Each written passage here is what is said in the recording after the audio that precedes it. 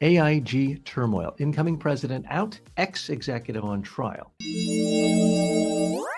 At AIG, two different executives are now tied to very different misconduct stories. First, there's John Neal, the incoming president who was supposed to start December 1st, just in a couple of weeks. He suddenly withdrew after the New York Times started asking AIG whether it knew about a past incident at his former employer, QBE. Years ago, Neal had a romantic relationship with his personal assistant and failed to disclose it to the board, as the company's code of conduct required. When the board found out, they slashed his bonus, and he later stepped down as CEO. Then there's David McElroy, the former head of AIG's general insurance unit. He's now facing criminal charges in Vermont for allegedly getting a woman blackout drunk at an AIG retreat and sexually assaulting her in her hotel room. He's pleaded not guilty and insisted it was consensual, but prosecutors say otherwise, and a trial is scheduled for March. Okay, so what's the real message here? If you want to be the big bucks CEO, you can have a lot. You can be the master of the universe, but you can't date employees and coworkers any longer. Sorry, those are the rules in the modern world.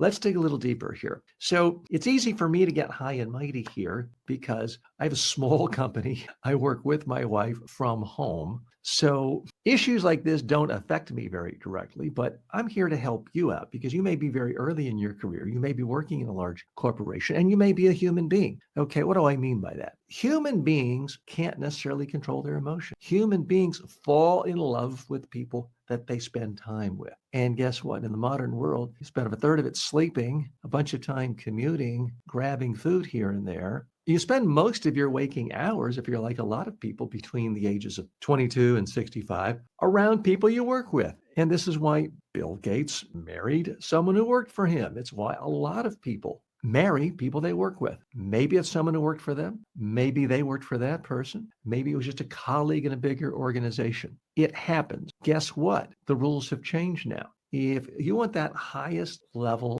of prestige, of hey, being the CEO, it's just not going to cut it with your board of directors anymore. It's not wink, wink, nudge, nudge, boys will be boys. Shh, don't tell anyone because the whole world is going to find out. So if you are ambitious and you're a hard worker and you're a human being and you want love in your life, you can say it's unfair. You can say there was no coercion. You could say, well, I wasn't in the direct line of command or chain of command. The reality is you can have love with someone you work with, or you can continue to get promoted and not demoted, but it's going to be harder and harder to get both. Now, I remember when my career was starting 40 years ago, not only was this sort of thing not frowned upon, it was actively encouraged in some offices I worked, even some government offices I worked in. It was encouraged to date people you worked with and to date people you managed. It was a different time. I'm not saying it was okay then, but it's a different time. And some people have not gotten over that change. Are we getting occasionally into the era of, oh, too politically correct? You said someone looked nice that day and that's harassment. You should be fired.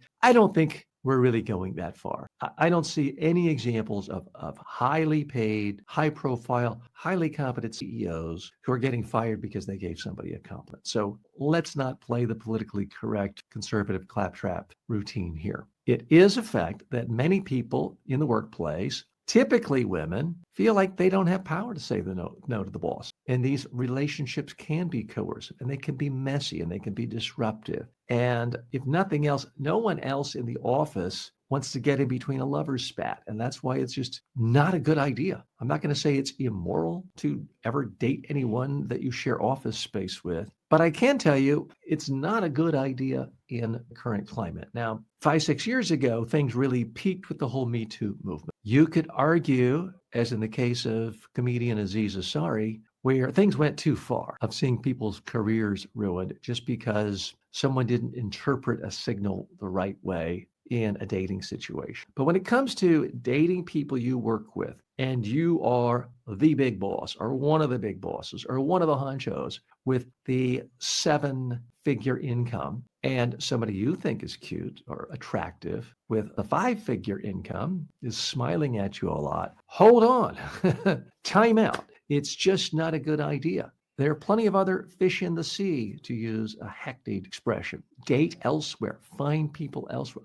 I realize a lot of the most successful people in the world, the most celebrated people in the world, did in fact form their most permanent love relationships, their spouses, the parent of their children, by first meeting in the workplace. But that's just one of those areas where things change. I would argue most of the time, not all the time, most of the time, things change for the better. 40, 50 years ago, it was considered shameful to be gay. Not so much anymore. That's a good thing. I'm pretty good. Believe me, my portfolio is very happy that Tim Cook has been able to manage Apple and make it, 10 times bigger, frankly, than Steve Jobs ever did. And nobody even cares about the fact that Tim is gay. So societies change, standards change, the ethics of workplace, do's and don'ts change. And this is simply one of them. Now, what surprises me is I'm just wondering, was this somehow a surprise to AIG? I can't imagine that they didn't know about this. And again, John Neal, who was supposed to take the top position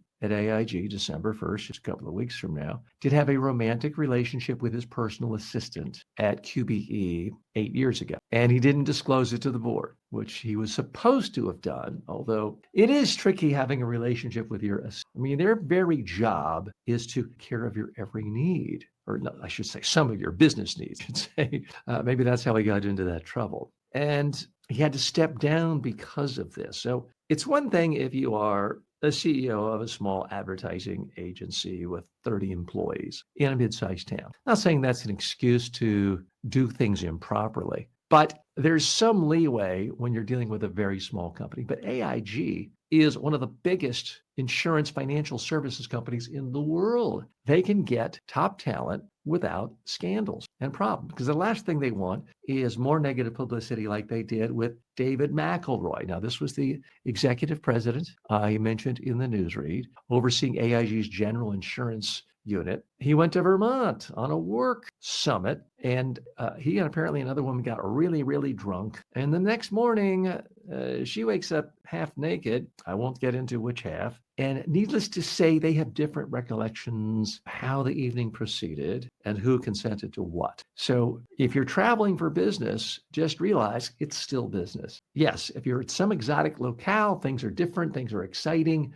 nice restaurants, maybe a nice wine list. Be careful. My recommendation would be, if you enjoy alcohol, if you enjoy wine and you're around people in the workplace, maybe you have the second glass poured, but you only drink one. Let's make one a limit. I'm not saying you have to be a teetotaler. Everyone else is toasting the great year or the new boss. You can participate in that. But wow, a lot of careers have been derailed because after the third drink, the fourth drink, or that full bottle, you get very loving all of a sudden. That happens to people. And the next day, perceptions change. So be careful. It's a warning to anyone these days, could be man or woman in the workplace. If it's true love, maybe think about keeping it on the back burner till one of you is working at another organization. I realize sometimes the heart wants what the heart wants, to unfortunately quote Woody Allen, which I like to do. But you do have to realize you're playing with fire and you're potentially jeopardizing your entire career.